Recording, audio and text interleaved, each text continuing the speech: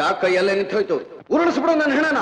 Vishnu sir ಅವರು ಕೈವಾರ ತಾತೆಯ ಸಿನಿಮಾವನ್ನ ನೋಡಿ ನನ್ನ ಕರೆದು ಈ ತರದೊಂದು ಸ್ಪಿರಿಚುವಲ್ ಸಿನಿಮಾವನ್ನು ಮಾಡಿ ಅಂತೇಳಿ ಹೇಳಿದ್ರು. ನಾನು ಆಯ್ತು ಅಂತೇಳಿ ಈ ಕಥೆಯನ್ನ ಹೇಳಿದೆ ಅವರಿಗೆ, ಸಾರ್ಗೆ. ಅವರು ನಾಗರ ಹಾವಿನ ಮುಂದುವರೆದ ಭಾಗ ಹೇಗ್ ಮಾಡ್ತೀರಿ ನೀವು, ಅದರಲ್ಲಿ ಪಾತ್ರಗಳು ಮುಗಿದೋಗಿದೆ ಅಂತ. ಇಲ್ಲ sir, actually Puttanna Kanagal sir ತುಂಬಾ ಥ್ಯಾಂಕ್ಸ್ ಹೇಳ್ಬೇಕು ನಾನು. ಹೀರೋ ಹೀರೋಯಿನ್ ಬೆಟ್ಟದಿಂದ ಕುಸಿದು ಕೆಳಗಡೆ ಬಿದ್ದ ಮೇಲೆ ನಾಗರ ಹಾವು ಅಂತ ಟೆಕ್ಸ್ಟ್ ಮಾತ್ರ ಓದಿದೆ, ಏನಾದ್ರೂ ಅಂತ ತೋರಿಸಿಲ್ಲ ಸರ್ ಅಂತಂದು. ಹೌದು ಹೌದು, ಅದರಲ್ಲಿ ಮಾರ್ಗರೇಟ್ ಸತ್ತಿದ್ದಾರೆ, ರಾಮಾಚಾರಿ ಅವರು ಬದುಕಿದ್ದಾರೆ ಸರ್. ವೆರಿ ಇಂಟ್ರೆಸ್ಟಿಂಗ್ ಅಂದ್ರು. ಅದಾದ್ಮೇಲೆ ಅವರು ಮನೆಗೆ ಬರ್ತಾರೆ. ಸೊ ಯೂಶಲಿ ತಂದೆ ತಾಯಿ ತೀರ್ಥ ಬಿಟ್ಟಿರ್ತಾರೆ ಅವರಿಗೆ.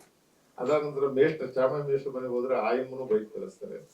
ಕೊನೆಗೆ ಮಂಡಿ ಮರ್ಚೆಂಟ್ ಹತ್ರ ಅವರು ಬೈಕ್ ಕಳಿಸ್ತಾರೆ. ಉಳಿದಿದ್ದ ಚಿತ್ರದುರ್ಗದಲ್ಲಿ ಬಸಪ್ಪ ಪೈಲ್ವಾನ್ ಅಭಯಶಂಕರ್ ಕ್ಯಾರೆಕ್ಟರ್.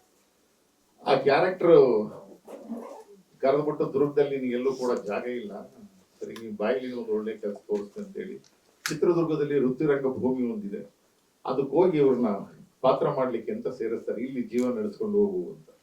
ಅಲ್ಲಿ ಅವರು ನಾಯಕ ನಟಿ ತಿಪ್ಪೇರುದ್ರ ಸ್ವಾಮಿ, ಬೆಚ್ಚಗತ್ತಿ ಭರಮಣ್ಣ ನಾಯಕ, ರಾಜವೀರ ಮದಕರಿ ನಾಯಕ, ಚಿಕ್ಕಣ್ಣ ನಾಯಕ, ಓಬಣ್ಣ ನಾಯಕ, ಈ ತರ ಪಾತ್ರಗಳನ್ನೆಲ್ಲ ನಾಟಕದ ಮೂಲಕ ಮಾಡ್ತಾ ಹೋಗ್ತಾರೆ. ಅಲ್ಲಿ ಪರಿಚಯ ಆದ ಒಂದು ಹೆಣ್ಣು ಮತ್ತೆ ಲವ್ ಸ್ಟೋರಿ ಟ್ರ್ಯಾಕ್, ಅಲ್ಲಿಂದ ಮುಂದುವರೆದು ಚಿತ್ರದುರ್ಗದಲ್ಲಿ ಕತೆ ಮುಂದುವರಿಯುತ್ತೆ. ಅವರಿಗೆ ಜನಿಸಿದ ಮಗನಿಗೆ ಒಂದು ಹೆಸರು ಇರ್ತಾರೆ, ಆ ಹೆಸರು ಚಾಮ. ಮುಂದುವರ್ಸ್ಕೊಂಡು ಹೋದ್ಮೇಲೆ ನಮ್ಗೆ ಗೊತ್ತಾಗಿದ್ದು ಅದು ಪಾಸಿಟಿವ್ ಟ್ರ್ಯಾಕ್ ಅಲ್ಲಿ ಇದೆ ಅಂತ.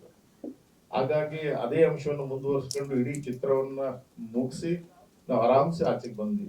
ಎಲ್ಲೂ ಕೂಡ ಎಡರು ತೊಡರುಗಳು ಮಾಡಲಿಲ್ಲ ಯಜಮಾನರಲ್ಲಿ. ಹಾಗಾಗಿ ಮೊಟ್ಟ ಮೊದಲಾಗಿ ಈ ಎಲ್ಲಾ ಸಿನಿಮಾದ ಗ್ರೇಟ್ಗಳನ್ನ ಅವರ ಪಾದಗಳಿಗೆ ಅರ್ಪಣೆ ಮಾಡ್ತೀವಿ.